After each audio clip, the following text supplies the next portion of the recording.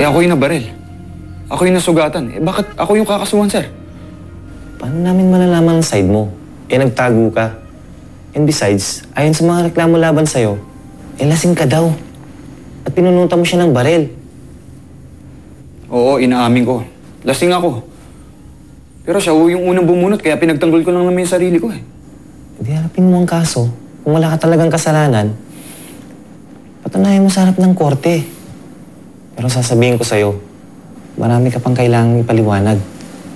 Inimbestigan na rin sa krami ang mga reklamo laban sa'yo. Nakonektado ka daw sa Bulati Gang. Na tumatanggap ka daw ng mga lagay. At nag-aayos ka daw ng mga kaso. Hindi totoo ang lahat ng yan, sir. Hindi pa naman bumababa ang desisyon, Elmer. Inimbestigahan pa rin. Pero ano mo naman maaari kang isuspinde? Ang samantala.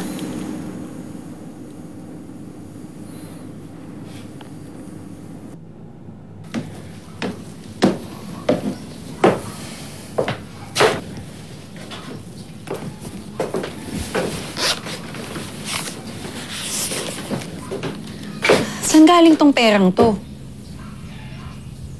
Huwag mo nang tanungin. Para sa kinabukasan ng anak natin. Elmer, kung sama-sama galing to, ayokong tanggapin. Eh bakit mo naman iniisip sa mas magaling yan? Pero kung inipon yan, pinaghirapan ko yan. Hindi ako tanga, Elmer. Ang dami kong narinig dyan sa labasan tungkol sa'yo. Pinagbubulungan ka nila. Pinagbubulungan ka nila kung gaano ka duming polis.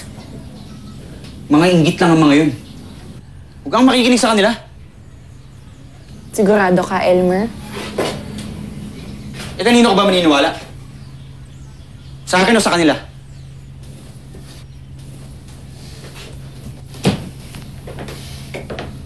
Visit na sa trabaho, visit pa sa bahay na to.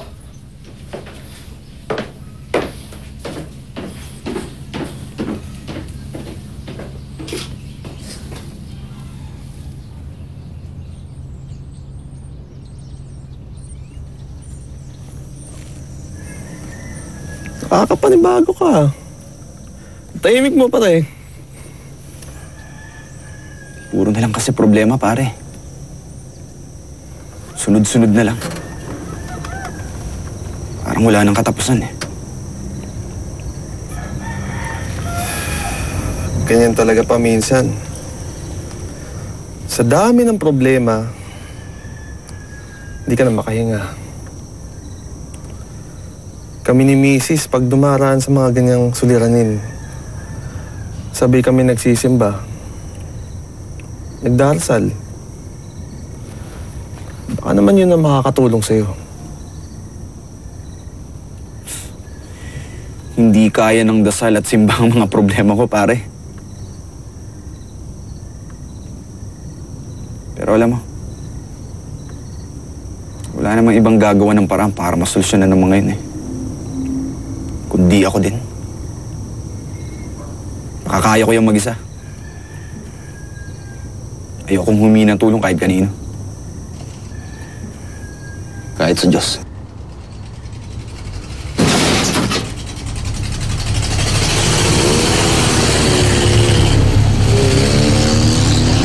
Huli mo!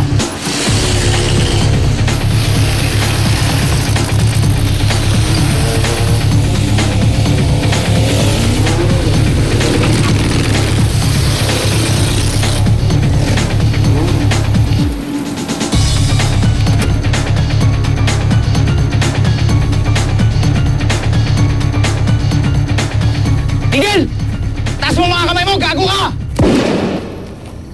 Ano ba ang problema nyo? Kanina pa kayo ah! Hindi nyo ba ako kilala? Sundalo ako! Eh ano ngayon kung sundalo ka?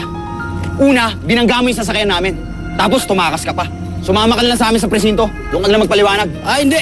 Uuwi na ako eh! Gagaan muna ho tayo sa presinto bago kayo Huwag umuwi. mo hawakan! Ano ba? Pulis ka lang eh!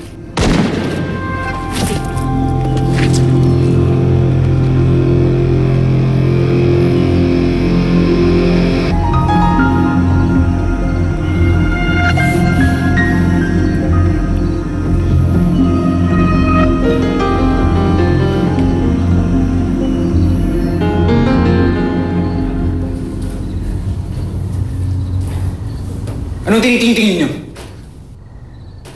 Elmer, Uncle, nakausap niyo na ba yung abogadong aayos sa kaso ko? Oo. O anong sabi? Kailan daw ko lalabas dito? Walang bail ang kaso mo, Elmer. Namatay nga kasi yung nabaril mong tao. Pinagtanggol ko lang naman yung sarili ko eh. Uncle, tapos ako pang matitiin ngayon? Patong-patong na kasi ang kaso mo. Ang sabi nga ng abogado, isa-isa niyang haharapin ito. Kaya, baka matagal ang pagliliti sa'yo. Eh, anong mangyayari ngayon? Dito lang ako sa loob? Hindi pwede yun, Uncle. Papuntayin mo siya rito, kakausapin ko siya. Dapat makahanap siya ng parang para makalabas ako dito. Wala akong kasalanan!